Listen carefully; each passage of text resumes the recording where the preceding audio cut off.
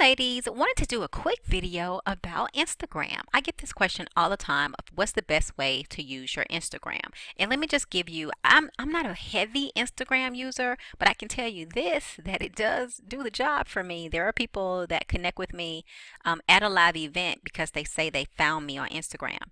Hey, if it works, keep doing it. But this is what I wanted to tell you. This particular video is all going to be about what are the best practices. First and foremost, if you did not know, Instagram is only a phone app. You can look at things online, but you cannot post. For right now, you can't post Instagram from online. It's really just a phone app. Now there are other things. I bought an app from AppSumo, and there are like Hootsuite you can use to navigate over there, but it's an outside resource. Instagram was deliberately only a phone app. Okay, so what are some of the nuances of Instagram? It works a little bit differently. Yes, Facebook owns it, but it does work a little bit differently. And one of the things you want to know is that it is all about the hashtags. That is how people discover you. That is how your content gets delivered to the masses. That is everything. So Instagram is very easy in how it's used. You have a home button, you have a search function, you have a way to make your post, and then you have an ability to be able to see who's commenting and who's actually engaging with you, who's just followed you, who is liking your post, things of that nature. That's all it does. So it's very simplistic in that you really can't mess it up. It only functions in that capacity. You have your personal profile page, which you can connect to everything, and then you have these other four buttons. Very self-explanatory. Now, the thing about the hashtags is the search function allows you to be able to find things very easily. So let's say we wanted to, let me see the popular tags that I always search. So I've just searched, let's say entrepreneur her. So if I wanted to search for entrepreneur her, and this is something that I do periodically as well anyway, to see who's using the hashtag, my branded hashtag, first of all.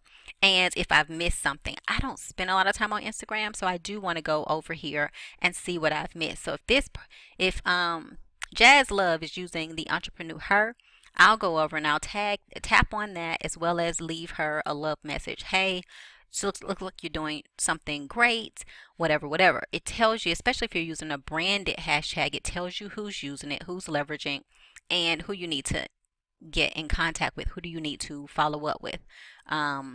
It's amazing. Love that, love that. So let's say you wanted to, let's say business owner.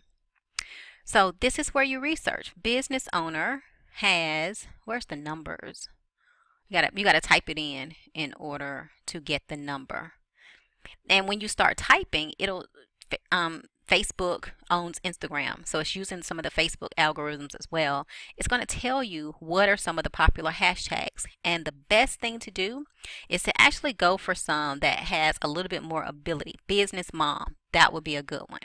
Business mom has only where was it, 19,000. I like to stay between that 10,000 less than 20,000 range when using an actual hashtag, because think about it, if you're going to just use business, you're literally competing with 12 million other posts. 12 million other posts. So you're not going to be able to show up in the actual discoverability, right? Remember that we just looked at the entrepreneur her hashtag, and you're able to now be in the discoverability if you're using a hashtag that doesn't have millions or hundreds of thousands. Business owner, oversaturated. So try to find ones. If you're in business, business mom would be a great one for you. Business branding would be a great one for you. Business planning, that's a good one. So you want to, and then what's a relative word? Everybody's using mompreneur right now. Mompreneur has almost 2 million. So wouldn't use exactly mompreneur, but mompreneur life would be great. They spelled it wrong. I wouldn't do that. So you can go over here and actually find out if it's little like this. No, that doesn't really that means that not enough people are searching it. There are millions of people on Instagram, and if only 323 people are looking for this one, It's just not a good one. Try to stay between that 5,000. Now, about 10,000, like right at, like I was saying, Mompreneur Life, 10,000, under 20,000. That is pretty good. So let's say that I was in the, like, this is the one that's really popular, health food. Health food is really popular. So healthy food, over 16 million. I mean, the health and fitness people have just killed Instagram. So let's see, healthy breakfast. If I wanted to do a healthy breakfast, too many people. So if I clicked on healthy breakfast, this is what's going to come up. This is what I'm talking about with the numbers. If you actually are using the numbers, you're going to show up, and there's only 9 places that you can show up with healthy breakfast. And now these are the most recent. This is where you wanted to show up when people are actually searching for that hashtag. And when they coming over here to discover who's talking about it, you're going to want to show up there. That's why you want to stay between that 10,000, 19,000. And it tells you what are some other hashtags. You can scroll across the top. Oats meal, that's something that's related to healthy breakfast. You can see what people are posting. If it looks like something that's synergistic to what you're offering, you can then probably use oats meal. Healthy morning, that's another one. You can then go back over here and find out what those bring about. Healthy morning, as far as the numbers are concerned.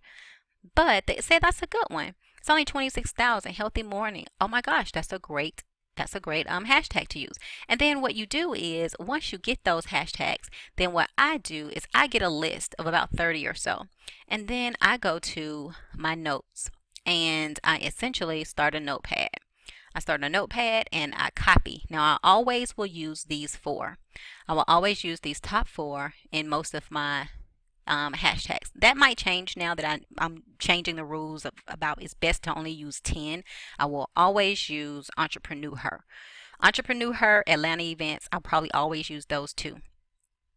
But I just have a notepad filled with some of the hashtags that I use. So when I want to post, I'll just come over here and I'll select, make sure you catch all of it. I'll select these hashtags in the grouping, and then I'll copy and I'll be able to paste them to Instagram. And what the industry is saying right now is that it's really just best to use 10 hashtags at a time, because now now that they own everything, it's best to use about 10 at a time and repurpose them. So if you're going to actually use the notepad, have your groupings of your 10. You might have your mompreneur, boss lady, boss mom, everything, all of that business stuff, branding, social media in one, but then have another group. And if you're going to be talking about eating a healthy breakfast, having a balanced life, have your second set of Instagram hashtags for just something else. You might have something that's family related. You still want to have your categories of postings. So let me show you that again. So if I go here, I have categories. So I have those, and then I'll have another grouping that just talks about female entrepreneurs, solopreneurs, female entrepreneur, business owner, women in power. Then I have a new set, women in business, motivation, kind of blogger, group them together. That's what I do. I got set 2, set 3. I just put little sets over here. That way, depending on what I'm talking about, I can just copy and paste based on what that set is. Hopefully that makes sense and that helps you.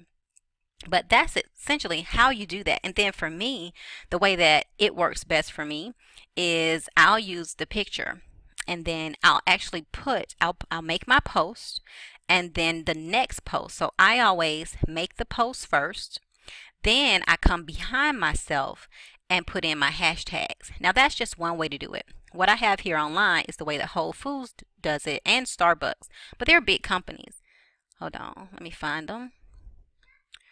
Whole Foods. I want to do the people. There we go. So the way that they would do it is they'll use a couple up top, and you can do it that way. I just found that it's better for me if I put my hashtags not in the very first comment, not in that initial comment, but the very next comment is my hashtags. I found that works best for me.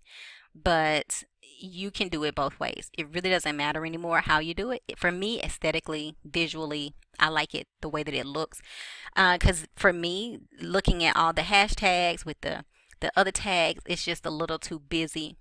Um, but follow, if you're in the health food thing, go ahead and follow uh, some of the big companies and see what they're using and how they're using it and what actually shows up. That works as well. With Instagram, you really just have to play with it, see what works, see what doesn't work, and combine what's popular with something that's less popular so that you can get the awareness that you want from everything. But make sure that you always have your branded hashtag. Like mine will always be entrepreneur her. I will always use entrepreneur her. That is mine. It is registered in everything. So, and also use some industry related hashtags like women in business, business moms. That would be something I would use. So I hope this helps.